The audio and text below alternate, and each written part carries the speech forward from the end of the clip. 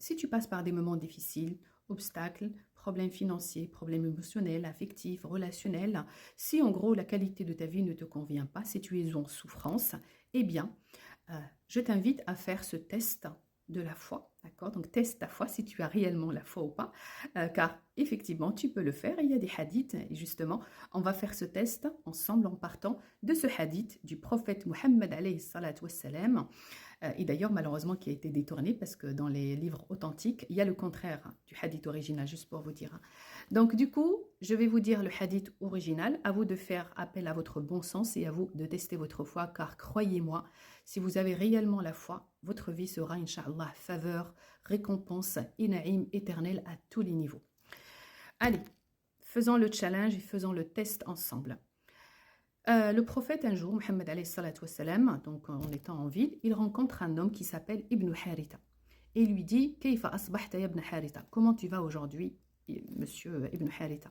Et ce monsieur, il lui répond, Asbahtu al-yawma mu'minan haqqa. Il lui dit, donc la traduction, je me suis réveillé aujourd'hui réellement croyant, ou je suis aujourd'hui réellement croyant. Et le prophète, il lui dit, لكل إيمان حقيقة فما حقيقة إيمانك. Il lui dit, pour la foi, pour chaque foi, il y a une vérité. Alors, c'est quoi la vérité de ta foi? Et Ibn Haritha lui dit, أعرضت نفسي على الدنيا. Je me suis exposé à la vie. Et là, faites attention avec moi, concentrez-vous avec moi. Donc, quand on dit je me suis exposé à la vie, c'est-à-dire, comme le nom l'indique, on s'expose, c'est-à-dire on reçoit de tout. Il faut accepter tout. C'est ça le vrai taslim, d'accord? C'est ce qui mène à al-hamd, c'est ce qui mène à le shukr et qui permet que les faveurs d'Allah et que l'abondance, la santé, l'amour, le bien-être, etc. augmentent. Donc si tu ne passes pas par ces étapes-là, tu n'aboutiras jamais à cette situation de bien-être et la situation où tu manifesteras ce que tu souhaites. Donc, quand on s'expose à la vie, il faut qu'il y ait un lâcher-prise. C'est tout un processus. On s'expose à tout, donc on reçoit et on accepte tout. Et ensuite, il lui dit أردت نفسي على الدنيا فتساوى عندي حجرها وذهبها حيها وميتها غنيها وفقيرها. C'est-à-dire, quand on arrive là, quand on s'expose à la vie, on s'ouvre à la vie, on reçoit de tout, on accepte de tout, sans jugement, sans attente et sans attachement. Qu'est-ce qui se passe après? Il lui dit تساوى عندي حجرها وذهبها. L'or est comme la pierre, devient comme la pierre. Ils sont égaux. C'est un minéral ou un minéraux qui a la même valeur. C'est pour cette raison, al-wahda, c'est-à-dire tu ne peux, wahad Allah, c'est-à-dire tu ne peux croire en l'unité d'Allah Azza wa Jal que si tu vois l'unité dans l'univers. Ça, c'est une étape inconditionnelle et super importante si tu as réellement la foi. C'est-à-dire, tu vois la pierre comme de l'or.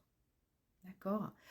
Il lui dit, Hayyuha wa mayyituha. Celui qui est décédé il y a des siècles, ou cet arbre qui est tout mort, ou ce cadavre, il a la même valeur que celui qui est vivant.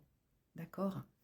Aucune différence entre le riche et le pauvre. Tu les vois de la même manière, c'est ça, sentir l'unité. Dans les humains, dans donc les minéraux, dans tout ce qui ne bouge pas, dans tout ce qui existe, tu pourras rentrer dans ce sentiment d'unité et ressentir la valeur de la chaise sur laquelle tu t'assois. Et tu vas pouvoir ressentir la gratitude même pour la chaise, pour le chat, pour la plante, pour tout et n'importe quoi. C'est d'ailleurs pour cette raison, le prophète Mohammed alayhi salatu wassalam, il a dit, voilà, quand il parle du croyant, en fait, il dit un seul corps, une seule unité. Quand ton frère il souffre, et quand je dis ton frère, n'importe qui, tu le ressens. Tu ressens avec son cœur, d'accord? Tu vois avec ses yeux. Et il y a une technique d'ailleurs qui s'appelle la technique pure, qui permet de s'entraîner pour en arriver là, d'accord? Et donc, si tu n'arrives pas encore à voir tout le monde équivaut, et même dans tout ce qui est, tout ce qu'il y a dans l'univers, entre les animaux, les plantes, les objets, peu importe, si tu ne rentres pas dans cette unité avec eux, et si tu ne les vois pas équivaut, tu n'as pas encore la foi. Et quand ça se passe, c'est-à-dire quand tu arrives à cette étape-là, regarde Ibn Haritha ce qu'il dit.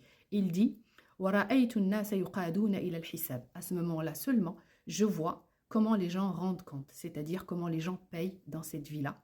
C'est-à-dire, il y en a qui vivent l'enfer, ils vont droit vers l'enfer, c'est-à-dire ta clairvoyance, elle s'active et tu vois ce qui mène vers la vie de souffrance et tu ne le feras pas. Et tu sais, ce qui mène vers la vie du Naïm, de Al-Jannah, tu le feras. Il lui a dit, et وَرَأَيْتُ عَرْشَ الرَّحْمَنِ بَارِزًا. Et à ce moment-là seulement, il a vu le trône royal et divin d'Allah Azza wa Jalla. Et regardez à la fin le prophète ce qu'il dit. Donc c'est-à-dire que tu ne peux ressentir l'existence d'Allah parce que tu la reçois et tu la verras. Tu verras le nour. C'est pourquoi Allah, à chaque fois, il parle de croyants. Il vous sort des ténèbres vers le monde des lumières, vers le nour. Et à ce moment-là, regardez la fin. Comment c'est lié? Il lui a dit وَرَأَيْتُ عَرْشَ الرَّحْمَنِ بَارِزًا. Et à ce moment-là seulement, j'ai vu Dieu. Bon, il n'a pas vu Dieu, mais Arsh, ce trône royal, cette puissance, cette majesté, cette divinité, à ce moment-là, se tenir devant toi. En fait, tout l'univers ne devient plus un secret. Tu as réellement la vérité ultime et absolue. Et regardez le prophète à la fin, il dit, chaque âme qui s'endort, ou chaque individu qui dort, avec les gens, il dit ala tahara. Et les gens croient que si tu dors avec tes ablutions, en fait, tu dors sous Arsh ar-Rahman.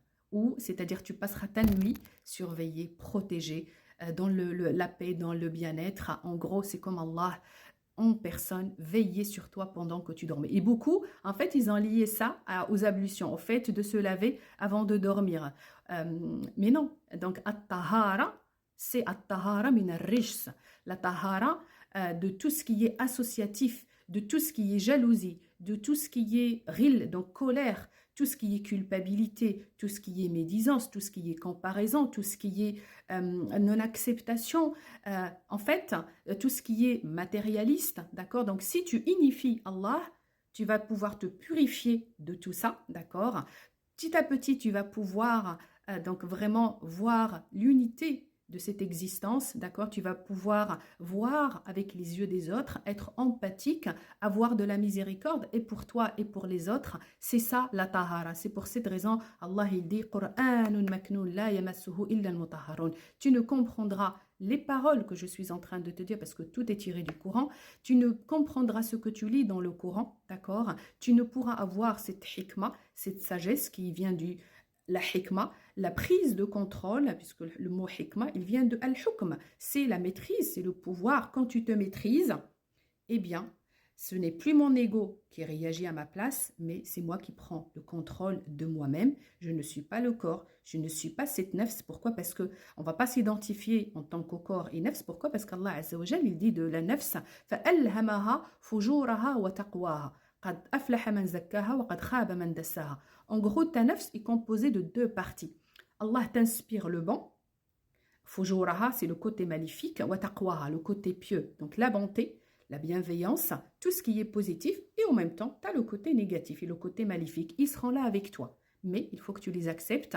Et tu ne réussiras al-falah que si tu te concentres sur le côté positif et si tu l'enrichis, si tu le recharges par les bonnes actions, par ce que j'enseigne dans les lois du mérite. C'est ça qui mène vers le fait que tu ressens l'unité de l'existence, le fait que le tout soit équivaut, le tout, et du coup, tu seras plus dans la lutte, tu seras plus dans la peur, tu seras dans l'harmonie, dans la paix, et tu verras Arsh ar-Rahman qui se tiendra devant toi, et à ce moment-là seulement, tu pourras décider de choisir, tu pourras toujours choisir, parce que nahnu mukhayyarin, Allah, tu es le seul à qui Allah Azza wa Jal t'a donné ce choix-là. Donc, tout le monde fait le tasbih, et là je reviens au tasbih, tout le monde fait le tasbih, c'est-à-dire chaque être vivant, chaque créature qu'Allah Azza wa Jal a mis dans notre univers et dans les autres univers qui accompagnent cette galaxie, eh bien, chaque chose a une importance, a une utilité. Allah ne crée rien sans rien.